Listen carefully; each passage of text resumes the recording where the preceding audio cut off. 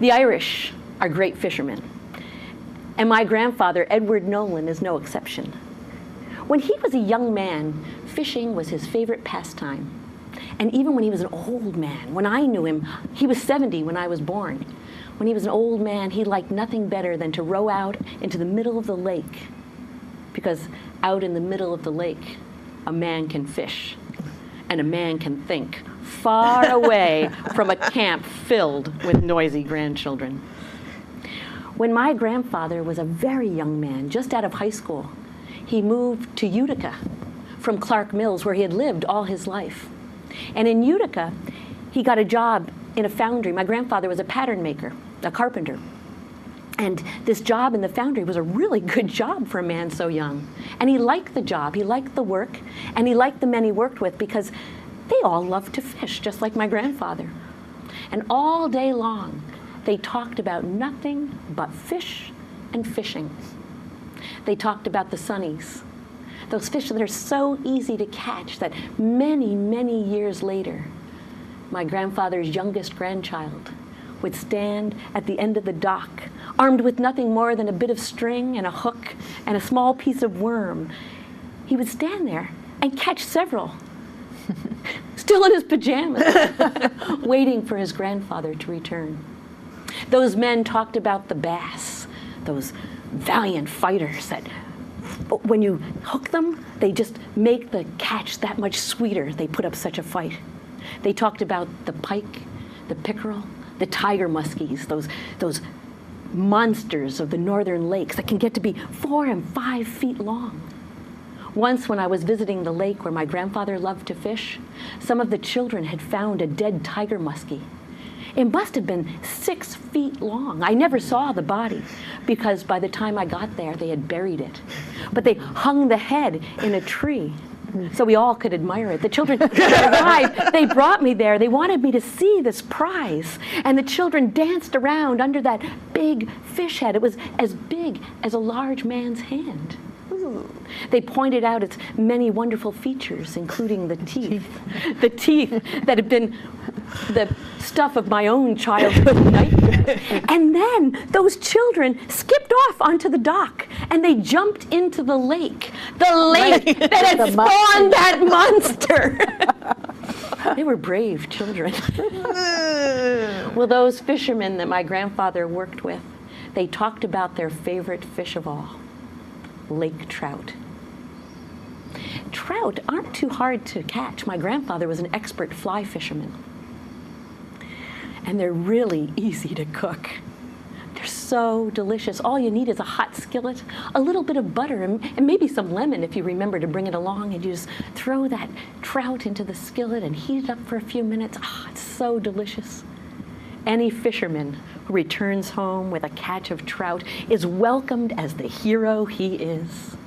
So you can imagine how thrilled my grandfather was when he discovered that every year those fishermen that he worked with took a trip together.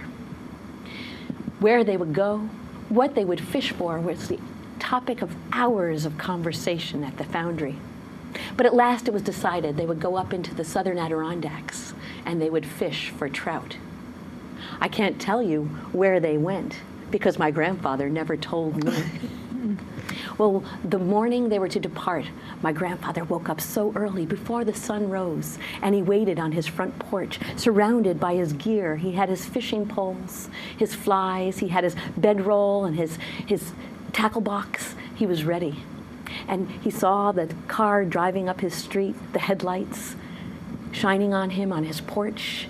And he walked down to meet his friend, and he helped him load up his gear into the trunk. He was careful not to disturb the case of beer that was already packed.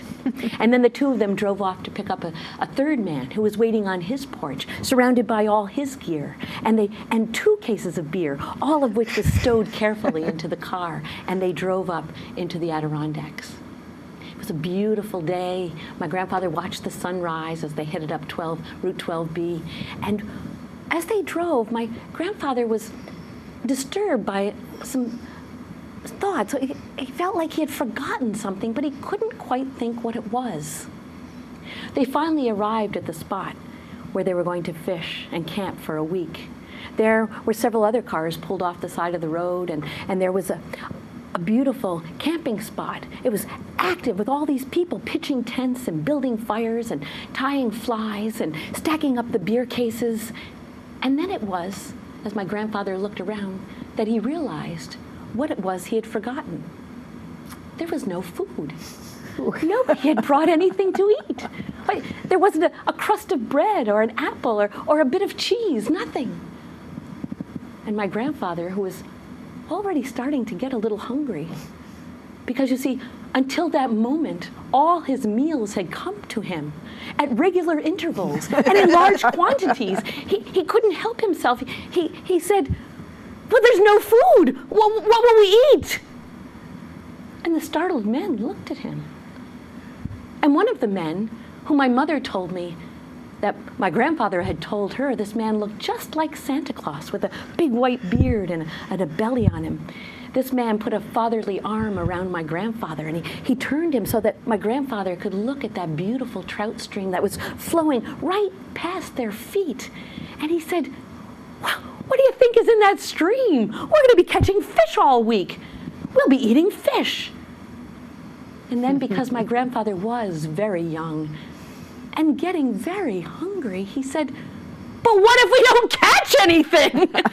Well, this startled the men, but it was Santa Claus who recovered first, and he once again turned my grandfather around to face that big stack of beer cases that were now taller than my grandfather.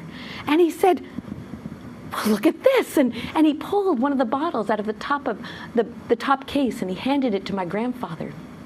And then he pulled another one out, and he opened it, and he drank it. He swallowed that beer. He drank deep, and he smacked his lips, and he said, "Beer, both food and drink." And then my grandfather knew they had nothing to worry about. They had everything they would need for the perfect fishing trip. And ever since we heard that story, whenever anybody is hungry in my family and there's some beer around, we tell them, "Beer, both food and drink."